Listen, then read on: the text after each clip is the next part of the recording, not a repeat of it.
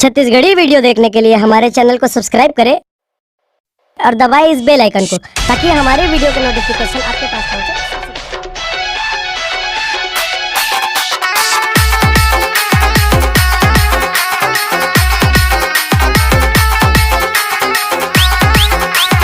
DJ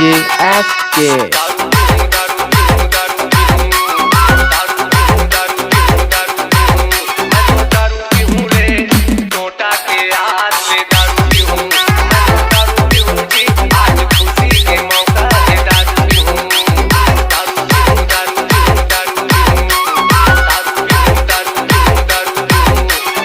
लहाले संडेल वाले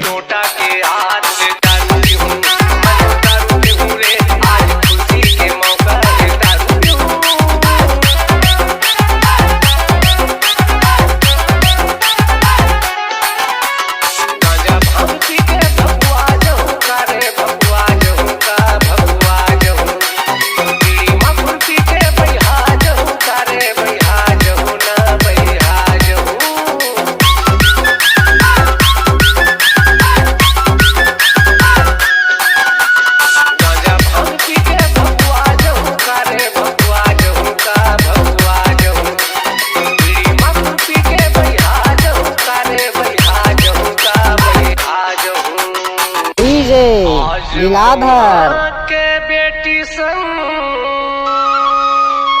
आज मऊहा के बेटी संग आज मऊहा के बेटी संग मजा पूरा हूँ मैं दारू लहाले कोड़ी कला वाले के आज ले दारू पीऊं मैं दारू पीऊं जी आज खुशी के मौका ले दारू पीऊं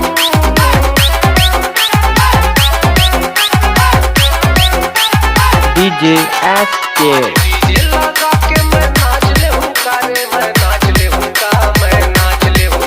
आज अच्छी बाटल ला ढरका दे हूँ कारे ढरका दे हूँ का ढरका दे हूँ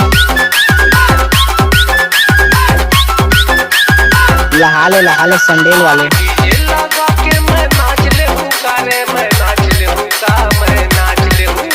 आज अच्छी बाटल ला ढरका दे हूँ कारे ढरका दे हूँ ना ढरका दे हूँ DJ लीलाधर थोड़े सेन संग मैं तीजू नारंगा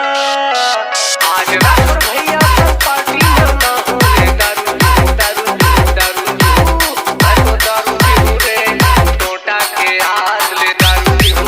मैं तो दारू पीऊँ जी आज संगी के बर्थडे के दारू पीऊँ दारू पीऊँ दारू पीऊँ दारू पीऊँ दारू पीऊँ